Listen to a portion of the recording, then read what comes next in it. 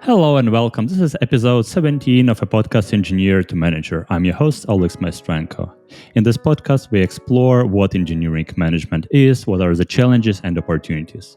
For these conversations, I invite very experienced managers from different parts of the world. Today's guest is Annyce Davis. Hello, Annyce. How are you doing? Hey, I'm doing fine. Thanks for having me. Yeah, nice to have you here.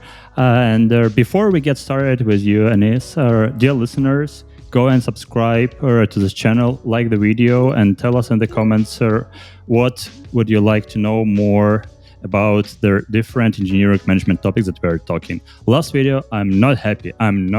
Listen out that you left like 1 or 2 comments. Come on, guys. You listen, you like it. If you don't like it, tell us as well. Back to you, Annyce. So just going from your last position that you left like a week ago, or you were VP of engineering at Meetup. Then before that, you were group lead at Zola Electric. And then a different moment's time, engineer-mentor at Washington Post, right? Yes. And then the first experience was a software developer at world famous company Lockheed Martin that brings their weapons all around the world. Yeah. And I really like that you're a conference speaker and expert in Android development topics, like lots of different things. Is that all correct? Would you like to add Yes, anything? that's all true. Thank you. Yeah, it's been a really great career so far. You were VP of engineering, like VP, they're very high on the hierarchy at Meetup. And a week ago, you finished your work. How does it feel after 4 years working for a single company? It's really, I'll say bittersweet is the best way that I can describe it. Being part of the leadership team at Meetup, I knew that my job was to help the business to become acquired. So I did my job, and that's very exciting. You did your job, pat on the back. However, as part of the acquisition, most of the previous employees were let go. And so, obviously you form a lot of like connections and friendships and bonds over this time period. And so for me, that portion of it is very bittersweet. However, I'm excited for what I'm going to do next. And I've always wanted to kind of like go out and do something on my own. So this was the impetus to actually pursue the next thing for me. Can you pull up a curtain to share what you're going to do next?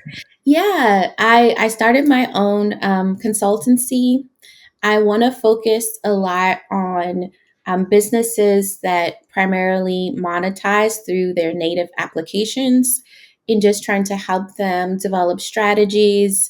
Like I said, a big part of my job at Meetup, especially over the past year and a half, was launching a new business line to help increase sales and revenue and get us acquired.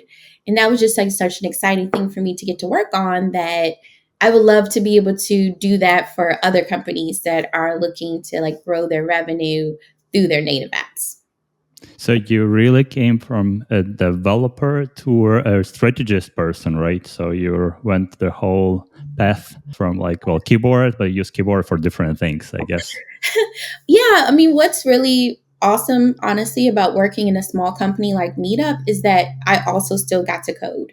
So I was able to develop part of the implementation for Apple and Google, as well as like our Stripe integration on web. And I love being technical. I love programming. I mean, that's just something I would do like regardless. For me, that was very exciting, get to see both sides of it. So help with the strategy as well as the implementation. I don't know if that's what I'm going to do next or not. It really just depends on whoever the client is. But I think it's awesome to be able to kind of have that flexibility where I could do one, both, or, it just depends. And as we are talking and what you did at Meetup as a VP of engineering, you said you were doing some code review, I guess. What other things a VP in a small company could do or does? in your case? Yeah, I like to joke with people that, I did everything. um, but honestly, when you're in a small company, you do have a lot of responsibilities. So if I try to think about like the primary things that was responsible for, I'll put on first like my specific VP of engineering hat. So there was like vendor relationships, certain vendor relationships that had to manage them, think about the contracts, the monthly spend, renewals, try to negotiate. So that was one part of it. If a particular vendor, maybe their prices were increasing too much, then I have to go out and have to try to vet new vendors and negotiate with them. So that's definitely a portion of the work that I had to do. Also, a lot of focus on cost savings. And I think that's primarily just, I'll say, over the past 2 to 3 years with most businesses in tech. They were just spending money like crazy. And now all of a sudden everyone's like, hold up, hold up. No, we can't do that anymore. So let's start looking at some cost savings opportunities. And I would spend a decent portion of my time looking into maybe like how we're handling our requests. What's the system architecture? Is there anything that can be reduced or eliminated? Maybe there's a cheaper alternative that we can transition to. So I spend a lot of time focused on that as well. I like how you focus on technical things, not mentioning people at all till this moment in time. Since VP of engineering are lots of people are saying it's about more people or management, but you're like technical things, vendors. Come on, let's go. I'm excited to understand when the people are coming in your typical day. Yeah, that was next actually. So then there's the people where you are helping to mentor and foster new engineering leaders. It's cheaper to grow talent in-house versus to go out and try to, hire in talent. So especially, like I said, in this particular economy, a lot of people weren't like a lot of businesses aren't really hiring super senior engineers. So then it's like, okay, let's look at who we have here in house, who has the potential to do more, and then trying to like help to foster their talent and to help, breed the next generation of leaders for the business. So I spent a lot of time also doing that, pairing with different people, helping to set up standards. I think that's another thing that someone like that's more on a VP level is like working with the engineers and the engineering leadership to set up standards for the engineering organization. So it's like, hey, what are some of our pain points? How can we improve on our QA process? What are some things that you notice? What can we do in the code? Maybe what can we do in partnership with some of the QA engineers? That was also a portion of my work. And just in general, I think of a VP of engineering as the technical person for other departments. Like I can speak the business language, but I also can speak tech. So it was like, hey, Annyce, we have a quick meeting with this potential partner. Can you just jump in? I think they want to know a little bit more about how we do our API or something. Yeah. And that's definitely a big part of just being able to translate business to tech and tech to business. Let's step back. How big is our Meetup or was Meetup when you were there? Meetup was only about 85 people. So Oh, really small. Everyone's always surprised to hear that. Meetup is so small, really. Oh. And your team, how big was it? So I've worked on a lot of different teams at Meetup, but I'll say like the apps engineers, there were about 11 apps engineers. And then when I was focused on like the new product line, I want to say I probably had about 10 to 12 people on my team. So just like small teams of people. And all those things that you were mentioning, were you doing on your own or relying on the team? I'm just trying to understand communication with you and your team, right? Because you mentioned a lot of things and they are going in different directions, like completely opposite directions. And there you can basically either delegate some of the things or you can try slowly progress with all different things and leave the team to do the delivery, right? And shield them from their outside world, so to say. Yeah, how I approached it were small working groups. So maybe I would have like 3 engineers who are working with me to investigate caching opportunities for the API. Hmm. And that would be like a small working group. And maybe not even all of those engineers were on my direct product team. It's just like the specialists throughout the company who I knew could help move forward a strategy or vet a strategy around API caching, as an example. So mostly I would say in the beginning, probably 40% of my time was focused on product work. And then 60% was on all the other VP of engineering things I mentioned. And then for the past year and a half, it switched. So Hmm. 70% of my time was focused on like product and strategy for the new member subscription product. And only 30% of my time was focused on those other initiatives. And, obviously there's going to be, pros and cons to having your VP of engineering spending the majority of the time focused on product. But I feel like that was the best decision for the business at the time because that ended up being the big green shoot that was like kind of like the shining star of the acquisition. And what we started with, it looks like it has been a correct decision to focus Right? on that branch. Yes, exactly. Yeah. Nice, nice. And your team at Meetup, is it they're all on site, remote? How is the team, or how was the team organized? So there was like a core group of people based in New York. And then the rest of us were remote. Like I live in Maryland, so I wasn't even like in the office. And Hmm. then I had like my iOS engineer was in Canada. Um, I had some engineers that were over in Europe. So it was just kind of like really spread out. But there would probably be, I want to say maybe like 20 or 30 people worked in the New York office altogether. Okay. Okay. So it's like a half of the company actually in one place. Right. Nice. So, did you have any like meetings that were all together going to, I know, a crazy party in Manhattan or something like that? Yes. Ah, nice. Yeah, I went to New York pretty often during like the initial phase of COVID. Obviously, like I stayed home, but then I would take the train from Maryland to New York, and we would have a lot of discussions, especially as the leadership team. We tried to get together once a quarter. So we would go meet somewhere, New York, Connecticut, even once we were in Connecticut, and try to like plan out. So like where we are so far, where do we need to be by the end of the year? How are we going to get there? So a lot of meetings with the leadership team, and then also a few offsites with my team, which was like some of my favorite times. Like we would do escape rooms, and it's just really great to get people together and have that communication, IRL, face to face. So basically, it looks like you were for a big size of the company, you would be your sort of engineering manager, senior engineering manager. That the person who actually runs a team and runs a product, a project towards a success, communicating with other parties.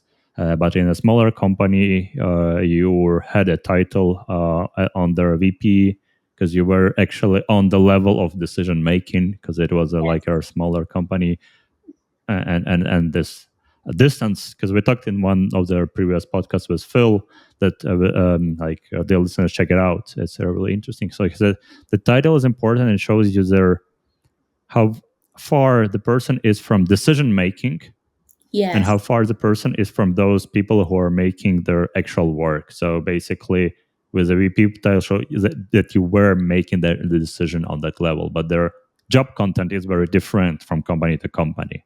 It really is. I mean, even the role of a CTO, it changes from company to company. There's some general things that you might say like this person does X, but even if you think of yourself as like a software engineer, that changes a lot depending on where you're working. I know some people who are Android engineers and they work on like one screen of an application. Like there's like 150 engineers, so your job is this screen. And Well, for Facebook, it might be even a team working on one single screen. exactly. right? Whereas if you're in another company, you could be the sole Android engineer and you're responsible for the entire app. There's other companies where there's people who do the entire CI/CD pipeline. That's their job, right? And then there's other companies where, no, you control that as well. You need to understand Gradle and GitHub Actions and everything in between. So it really just depends on the company. There's a lot of flexibility there. And, I think that's also part of what makes working in tech really exciting because you can kind of pick and choose your poison. Like, do you want to be super hands on or do you want to be a bit more like, look, I just want to focus on this one screen and be, the best expert at this? Or, hey, I love, putting my fingers in different pies and I want to be able to learn about all aspects of the business. That's really up to you.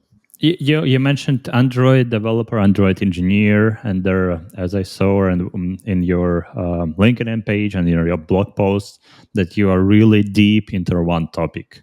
And I'm curious how you selected your topic. How was it like a hard that you felt like Android or small robot coming from Google is my path to follow? Yeah, that's a great question. I'm secretly older than I look. And I remember the Blackberries came out and I got a Blackberry. And like, it was so exciting to have a Blackberry. And you could program them with Java. It was J2ME at that time. And I was a Java programmer. So, of course, I programmed something on my Blackberry. And that just like, here's something I have in my hand. I programmed it. I can show my family and friends. This was incredible. And then Android came out. And I was able to get an Android phone very early on. I think probably like 1 dot something. I had an Android phone. And that was incredible for me because once again, you could program it in Java. What year was it? I think I started doing Android 2010, 2012, because I became a GDE in 2016. Mm-hmm. Yeah, so it had to be like years before that. Yeah, so I want to say like around 2010, 2012, I got an Android phone, completely enamored that I could program it with Java, a language that I knew. I taught myself how to make Android applications. And then my brother was like, hey, we love word games. We should make a word game together.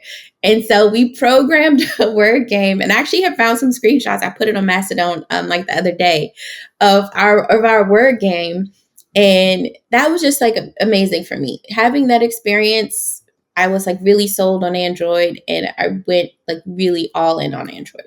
So you were not trying to go to iOS camp and fish something out what they're doing during their day or night. It was just so accessible, right? $25 and you could have an account on the it was like the Play Market or something at that time. And you could have an account, you could put your app up there. Like for me, that was just amazing. And I've done a little bit of iOS programming over the years. Swift obviously has made it a much better experience. But when I was like primarily programming in Objective-C, I couldn't wait to get back to some Java code and just like program on my Android device. You mentioned Blackberry, and what came as a memory into my mind was Nokia N series that I also did a small project to write their G2ME program for that phone. Nice. And it's like even before all the more or less at that time, like 2006, 2005, something like that. And that was a nice project to run because as a award for helping and saving the customer, I got that phone as a present from the company. Oh, nice. And at the time, it was like, wow, they're cutest phone around in the city. Yeah. Having a smartphone was like, you were that person and you had a smartphone. You can do this. Wow. It was great. It's technology is amazing. And I'm always, I always admire how it just keeps progressing, keeps evolving all the time. If we are going into the memories, I also read there are some posts from your blog from 2019. So it's like 5 years ago that when you wrote, when you're about your experience from going from tech lead to engineering manager. And Yeah. you were saying that as a person who just comes from tech, right? And those are part of our listeners coming from engineers to managers. Like, you start asking yourself questions: am I ready for this? How do I change the way I talk with my peers because I'm becoming Mhm. a big boss, right, in Right. front of them, right? Yes. uh, and I love programming. How do I still stay the hands-on? How do I still keep my technical skills? Because if their managers are not required anymore, how do I go back to IC role? All those things. And now, after 5 years, how do you reflect on those questions? I'm glad that I asked myself those questions, and I think it's important for anyone who's considering to go from being an IC to management to really think about it. Because what I've seen is, like, since that time period, a lot of the engineering managers weren't required to be very hands on. You needed to know about tech, but you didn't really have to do it. And now, with the way that the industry is changing, you're seeing a switch now. Now they also want engineering managers or tech leads to also be fairly hands on, because what's happening? Resources are shrinking, and they're like, look, it's not good enough for you to only focus on the people part of it. You need to get in on the product as well. I'm thankful that I stayed fairly hands on, because now look where I am. Like, I'm on my own. I'm going to be doing my own thing, and it's exciting for me that I can switch between, strategy and implementation. And I just think, like, it gives you more flexibility if you're able to maintain some level of like technical acumen, I'll say, while you're focusing on your management. And then I think the other part of it was, just because you're really good at programming doesn't mean you'll be a really good manager. And that's not to put anyone down. It's just facts, is that, like, it takes work to be a good manager. And some Mm. people think, it's just like, I'm writing code, now I'm managing people.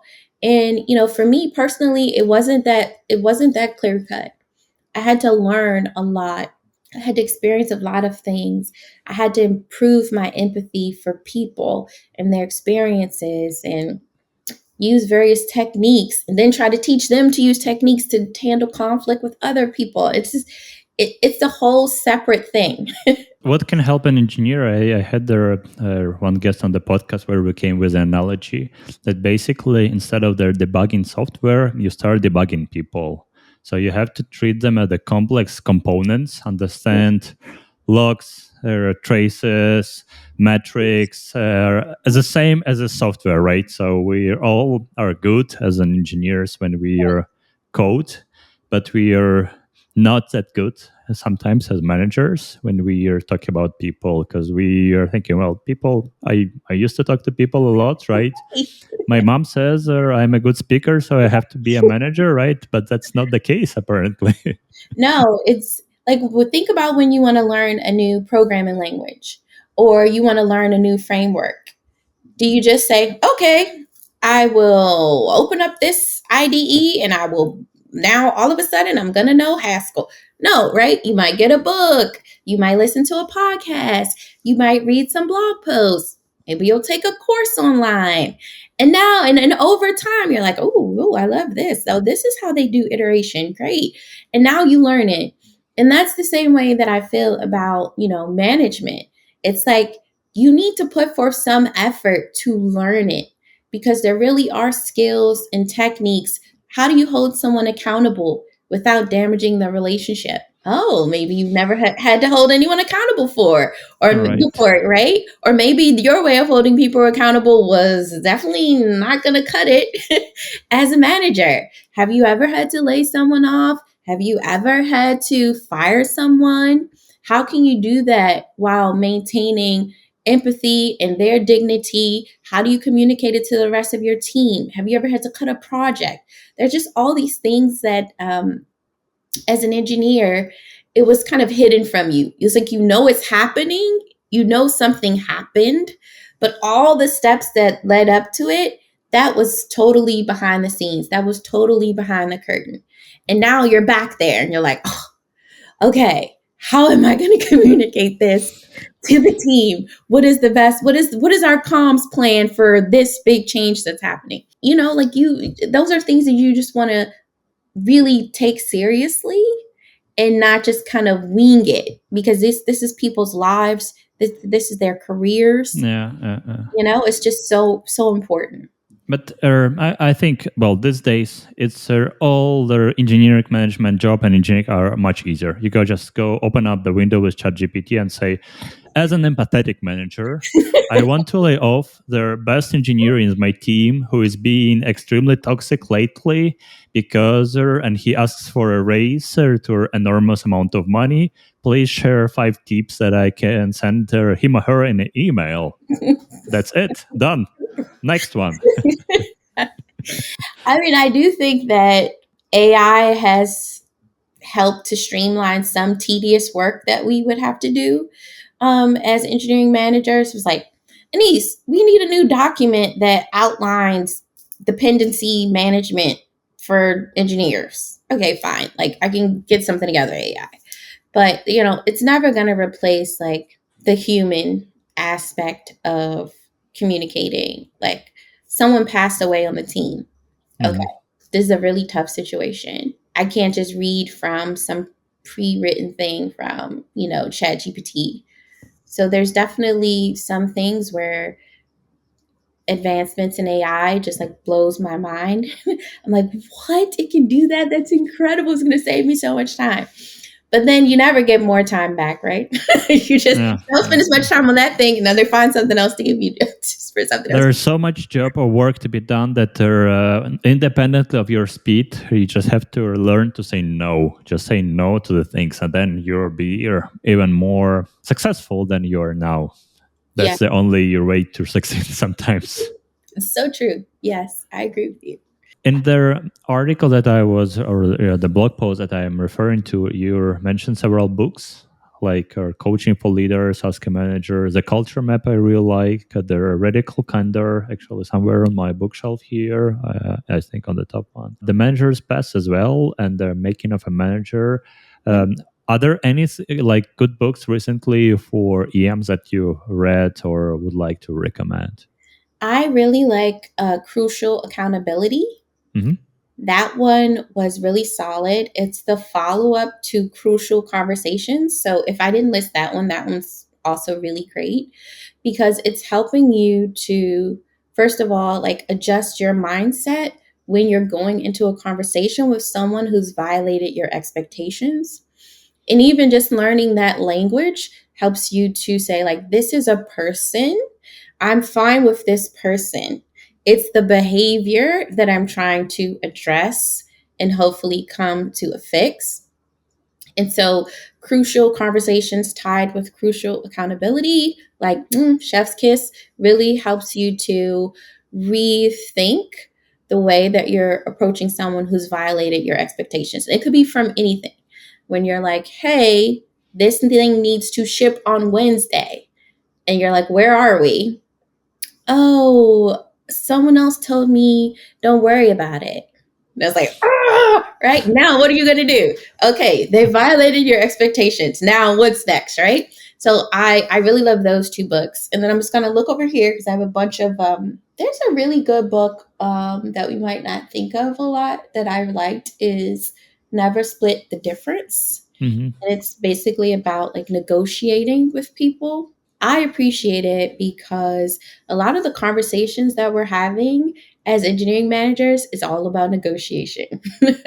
Someone wants something done. You want something done. Maybe the business has a certain need or expectation. Maybe marketing has certain needs, whereas legal says this, whereas your trust and safety people are like, no, we have to have that. So as an engineering manager, your job is just a lot of negotiating. Yeah, and making decision in their field or in the context where there are like millions of unknowns, and they're okay if I move this leverage, who do I touch, and then I have to negotiate and understand what is the best strategy to talk to other people when you start moving your product in the direction you really need to go. Yeah, that's a good point. Absolutely. We talked already about several skills, but I just want to make them clear. Like, what other, from your point of view, three most important skills for engineering managers? Okay. You need to be an excellent communicator. You need to be empathetic. And I'll say nowadays, you need to have some sort of business financial know how. I think that those three things will clearly make you like a Mhm. top engineering leader. But you're not putting the technical things on the table in this three. So when comes there a technical, like fourth, fifth, tenth? I'll say that the smaller your company, the more technical I think it's good for you to be. Yeah, that's basically it. Like if you're in a huge, large organization where there's multiple levels for decision making, and maybe you as an engineering manager, you have a tech lead, you have like senior staff, principal engineers on your team, you don't have to be as technical. What you're really trying to do is take that information and synthesize it in a way that people higher up can understand. So, right, you have to be able to synthesize information, right? That's where the excellent communication comes in. You have to be empathetic because this whole chain of people have their concerns. Your staff engineer is telling you everything is going to burn down if we don't upgrade to Java 21. Mm. Okay, probably that's not true, but I want to take their feelings into consideration. And then you have the principal engineer who might be like, we cannot keep architecting the system this way. The fault tolerance is off. Okay, so you need to be able to take their opinion into consideration too.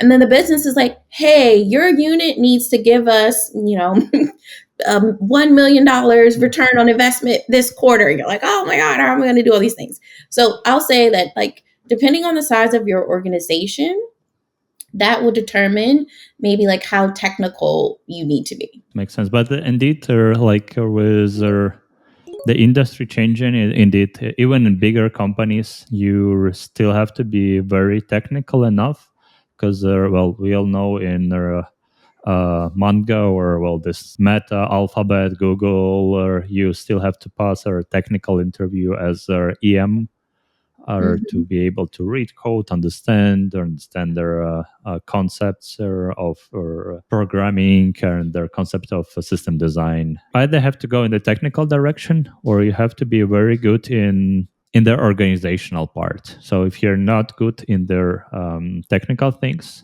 but you can organize things and streamline them, then this can, in most cases, substitute their technical information that you're or technical background that you're missing. But then you have to bring a proper balance of Yes. people management and okay, we do a project and not just like, here is the project plan, but rather absorb the information and transform it in the project plan. Yeah, I definitely see your perspective there where some engineering managers are just amazing at getting teams to deliver. And that in itself is a skill.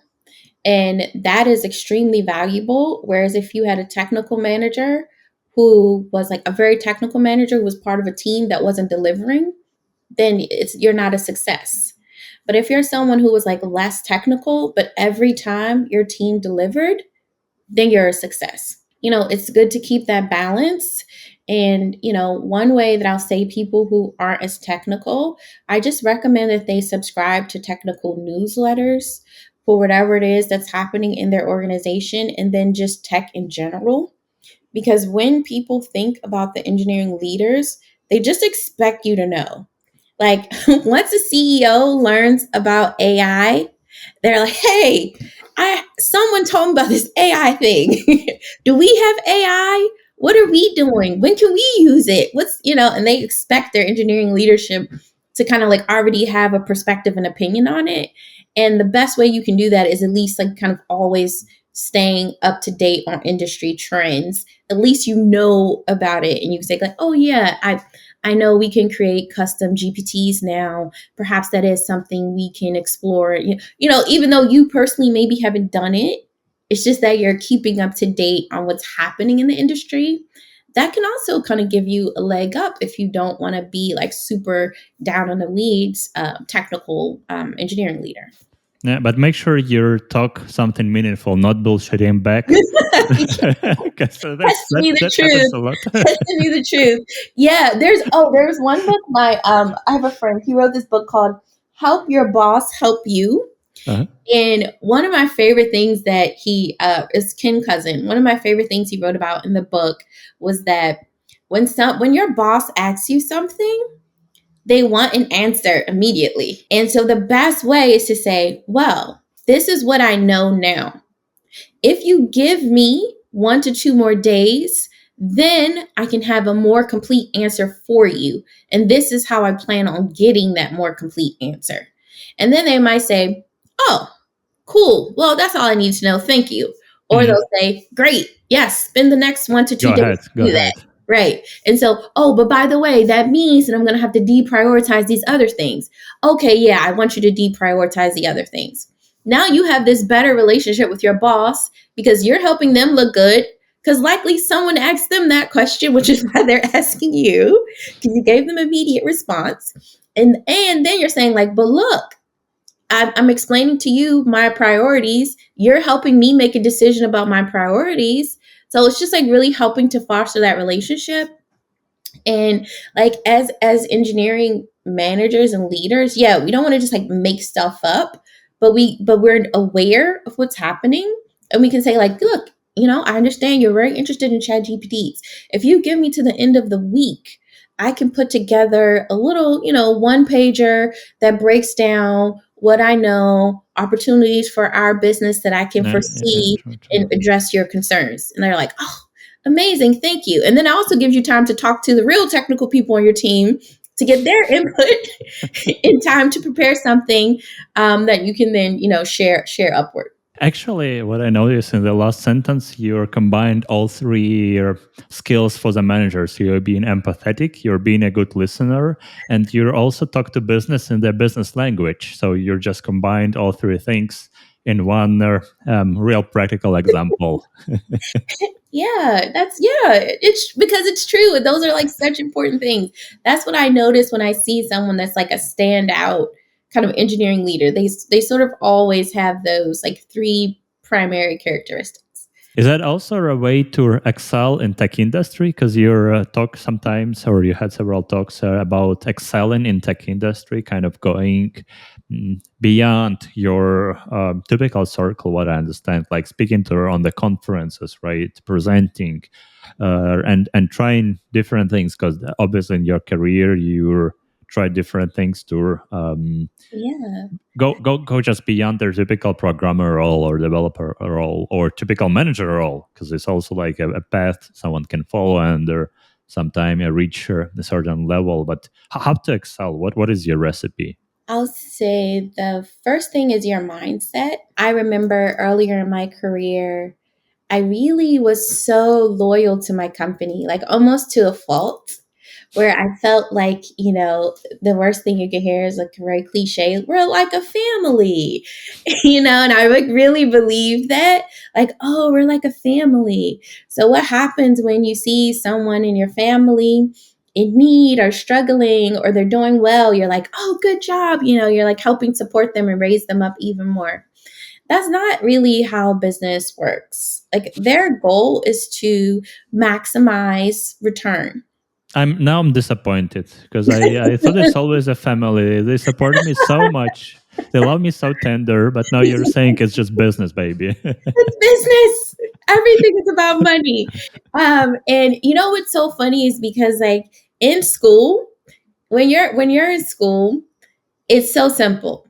You study, you do your homework, you pass exams, you do projects. What happens? You get an A. Yeah. It's like this is so simple formula. One, two, three, Yeah, boom, you get an exactly. A. Exactly. When it comes to work, you can work hard, you can come early, you can stay late, you can skip lunch. All your projects could be a success. Then comes promotion cycle, and they say, "Good job, thank you for that," and you don't get promoted. Well, you'll get a list and an award in form of a star in your profile or in your mail, whatever, in your Slack or logo, right?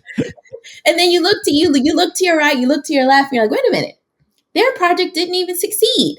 Wait a minute, this person comes late every day. And how did the two of them get promoted? And then that's where you like open your eyes and you realize business is not like school. And so, really, the first step is that mindset shift where you accept that companies and businesses are not like school.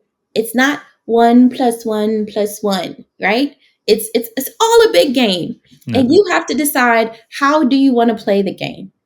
Do you want to set the rules or do you have to follow the rules? Right? But more importantly, there are no rules, So you have to set ones. right? Yeah. Because you start thinking, oh, they said that promotions happen once a year. So I'll just be calm and patient, continue to excel in all my projects, and then next year I'll get promoted. And then next thing you know, 2 months later, we want to congratulate this person on being promoted. You're like, wait, how? I thought it was only once a year. How did they get promoted? You know why? Because there's no rules. There really are no rules. It's all about you advocating for yourself and you doing what's best for you, your family, and your career.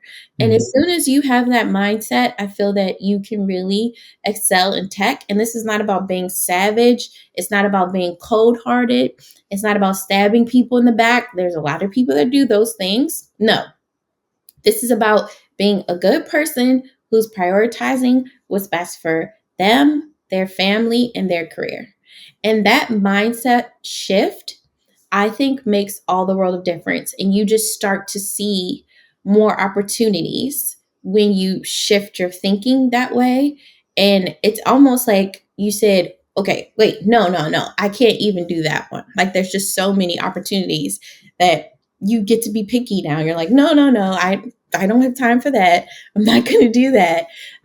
So I'll say start with really changing the way you're thinking about your job, your career, and your real true core values and priorities. Okay. And there once you done it, so you said, okay, I put my core values. Well, you have to define them first, right? And understand what's important for you. Maybe your job is more important for you or your boss. Well, might happen as well.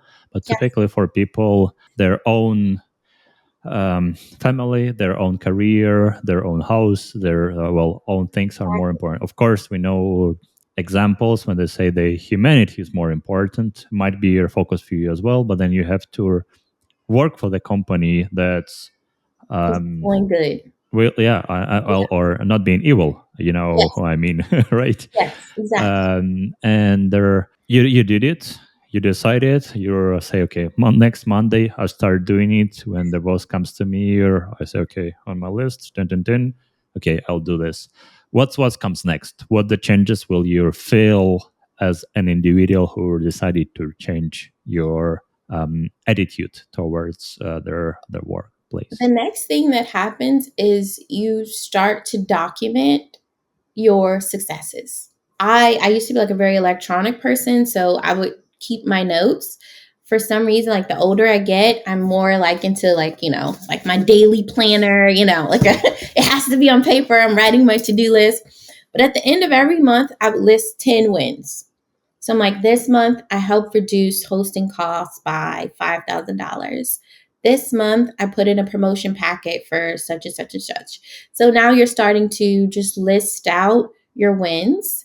And then it helps you to develop more confidence. Like, no, like I'm really doing my job. I know what I'm doing. Now let me expand beyond this. Let me connect with some other engineering leaders.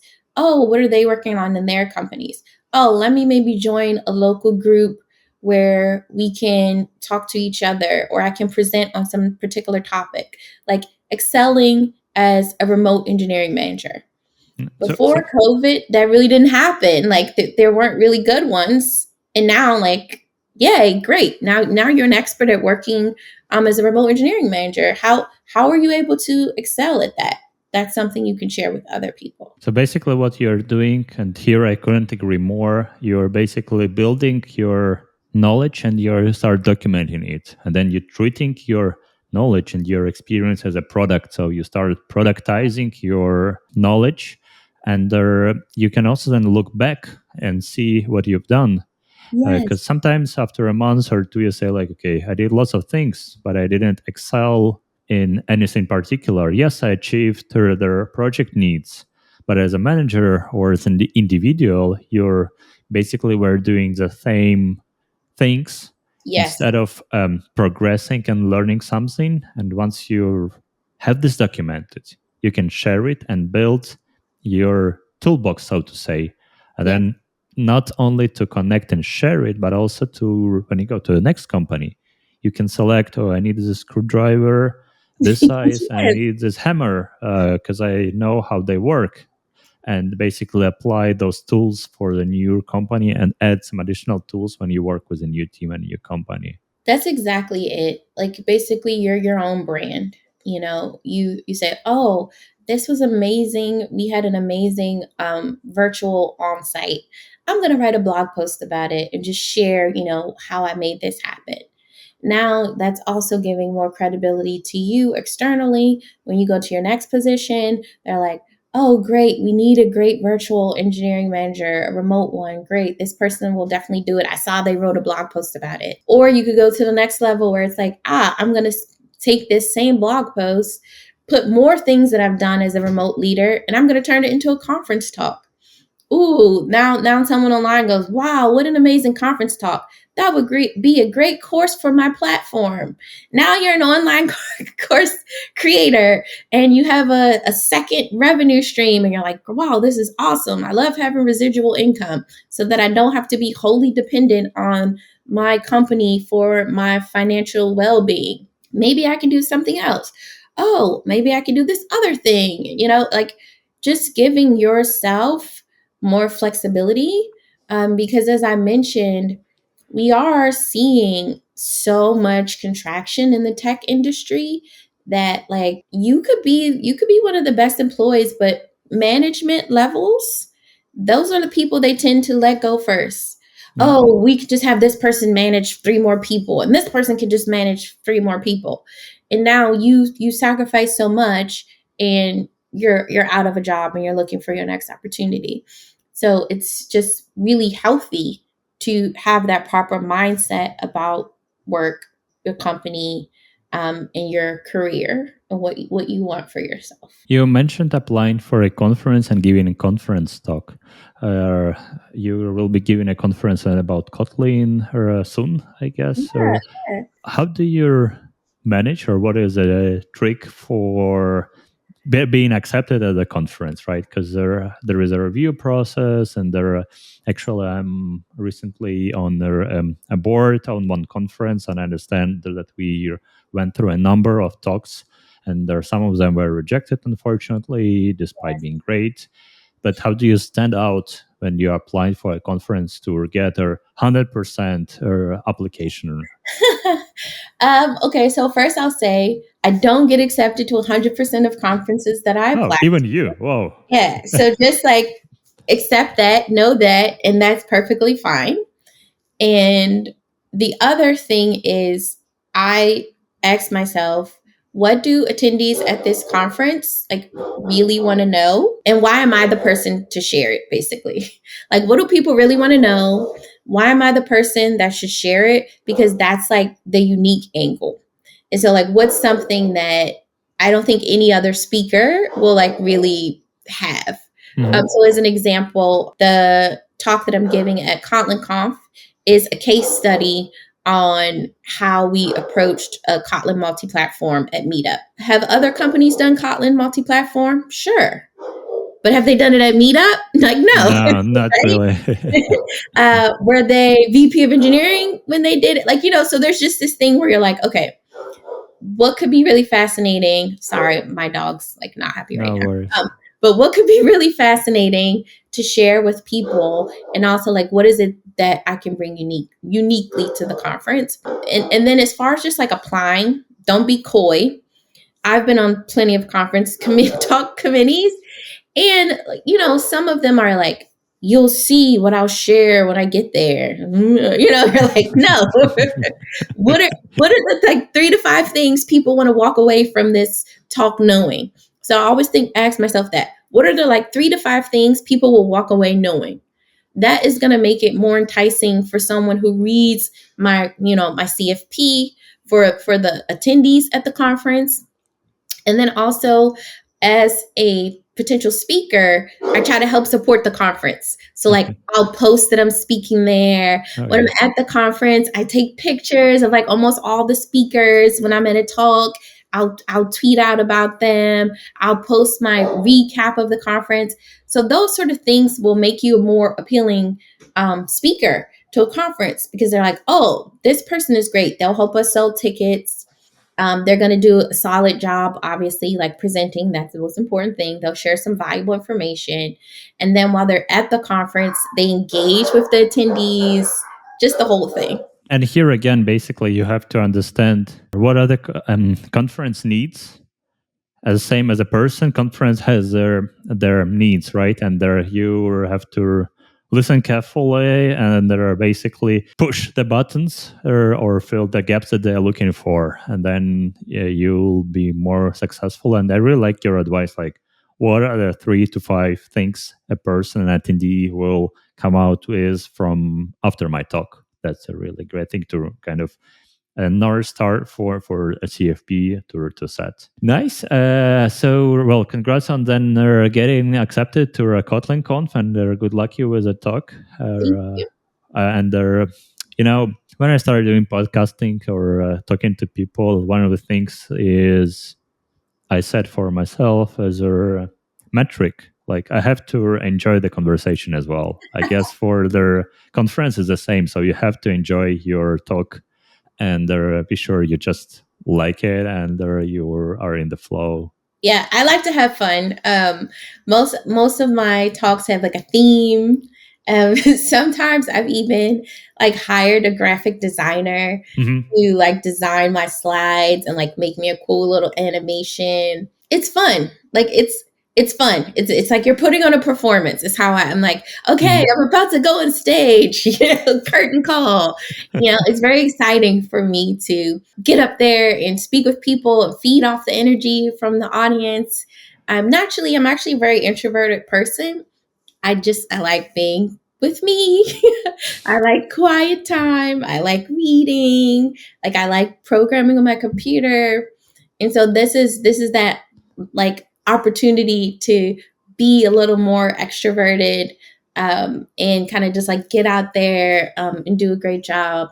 So definitely have fun. I've given a conference talk before that I wasn't super passionate about, and it just comes across that way. The audience isn't connecting with me as much, and I'm like, yeah, I'm never doing that again. Like just it has to be something that I'm like excited and happy to talk about, so that I can make sure like this is a good experience for me, and I want everyone else to have a good experience. They're here.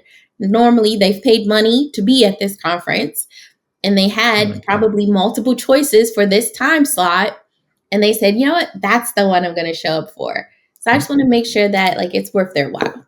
It's the same for you as a speaker. You also had multiple choices to do. You mentioned several hobbies that you're having, and you might have spent time on those hobbies, not traveling somewhere to talk at the conference. So just enjoy it and get the most out of it and have fun. And I think, the engineer who went to manager has already done this change from being introvert and just talking to computer and to talking to people. Like this change has already happened in lots of people, and then it helps you to understand how you transform your brain.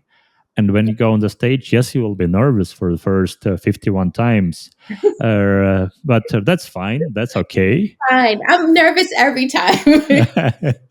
Every time I'm nervous. But then you're talking to people and they're the same as you. Just make sure you follow your rhythm. You talk to them, you explain, you start slow and simple, or you just give it very fast. So create your own style and follow that style. And then people will say, oh, wow, that's her Annyce. And I know her and I want to go to the talk because she is there.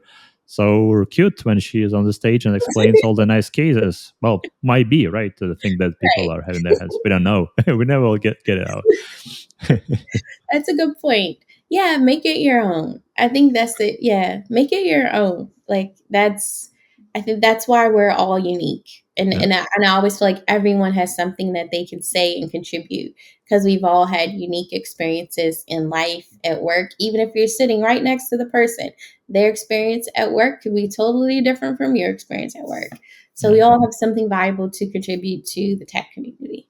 Yeah, that's why it's important to share. To finalize our nice conversation with the last question, so I typically ask at the end engineering managers where they are missing coding. But as you're still coding and doing management, if you would have to choose one way, like either coding or management, what would it be and why? Hmm. Sorry for the hard choice. I would choose coding. And the reason why is because I feel like it gives you more control over your time. When I was working as an IC, I might have like 2 hours of flow state where I'm just focused on this one thing and, I accomplish my task. Then I can go get a manicure, or then I can come back and I could have like 2 more hours of flow state where I'm working on something. And then maybe I take a course online. But when you're in management, especially the more you go up the ladder, it's just like meeting after meeting after meeting, tons of context switching. Maybe you need to prepare for said meetings. Some days I had like 10 meetings in one day. It's just like it's like unbelievable. And it is more challenging to feel successful in that environment, but also the most important part is you have less control of your schedule. Whereas as an IC, I really do feel like it's one of the best jobs where you can have more flexibility of your schedule. Because especially when it's task oriented, it's like, we just need you to get this thing done this week, Annyce, Okay, sure. So however I get it done, if I feel inspired at 10 p.m. to wake up and like code, that's on me. That's what I, felt like doing. But this morning, I don't feel like coding and I'm just going to sleep in late and have a cup of coffee at a coffee shop. Like, you just have a lot more flexibility that way. So if I had to choose, definitely I would choose coding. So in their pair of calendar Annyce, their boss is calendar. Just like, I'm so happy, honestly, to have a break from all of those meetings. Okay, well, happy for you then that you have reached your goal at Meetup, that you're set a really actually high standard or high goal to make their company successful, that it has been acquired by another company, and they're wishing you good luck in your future endeavors that you are having in front of you. Thanks for the conversation, Annyce. Thank you. If people want to reach out to you, where do they find you? What is the best way? LinkedIn is a great way to find me. I'm also on Mastodon, Twitter every now and then, like not as much as I used to. But also you can just connect with me on AnnyceDavis.com. Nice. So, dear listeners, go check out Annyce's page, and there she posts interesting things about conferences. If you're in particular interested in mobile development for Android, you'll find a lot of things. There are several things on the blog post. We'll put the links in the description below. And before you leave this page and this video, just like and subscribe, and tell us how you liked it. And in case you have any questions, technical, managerial, about docs, or towards Annyce, just write it down, and I'll kindly ask Annyce to respond to your comments under the video below. Absolutely. Yeah. Thank you. Appreciate it. Okay. Bye. Bye.